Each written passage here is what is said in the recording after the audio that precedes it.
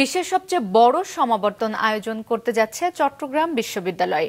আগামী 14 মে প্রায় 23,000 শিক্ষার্থীর অংশগ্রহণে বিশ্ববিদ্যালয়টির পঞ্চম সমাবর্তনের সমাবর্তন বক্তা হিসেবে উপস্থিত থাকবেন বিশ্ববিদ্যালয়ের সাবেক শিক্ষক ও প্রধান উপদেষ্টা ড. মোহাম্মদ ইউনুস।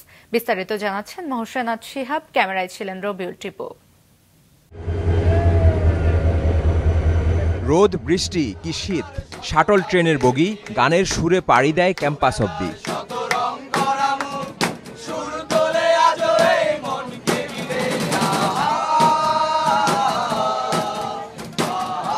ক্লাস, অ্যাসাইনমেন্ট নিয়ে ছুটাছুটি আর পাহাড় প্রকৃতির মাঝে আড্ডায় খুনসুটি।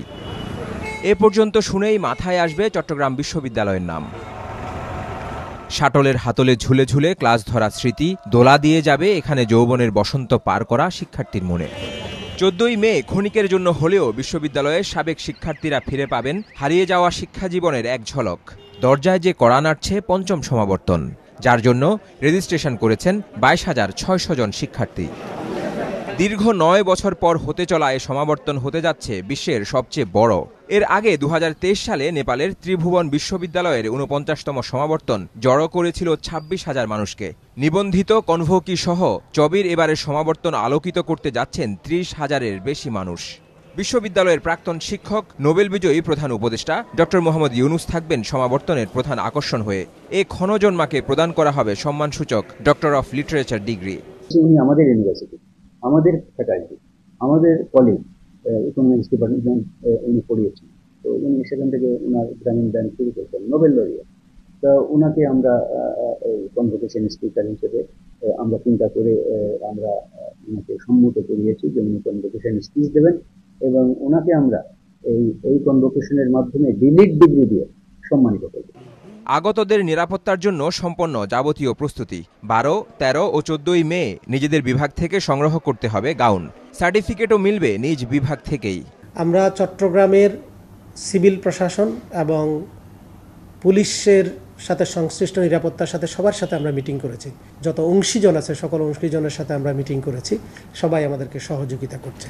গ্র্যাজুয়েটরা তাদের স্ব ডিপার্টমেন্টে চলে যাবে, তাদের প্রয়োজনীয় যে গাউন থেকে শুরু করে যা যা দরকার সকালবেলা এগুলো গ্রহণ করে তারা কনভোকেশন স্থলে চলে যাবে। আমাদের গিফট আইটেম আছে, আমাদের খাওয়ার আছে, আমাদের সুভিনির আছে।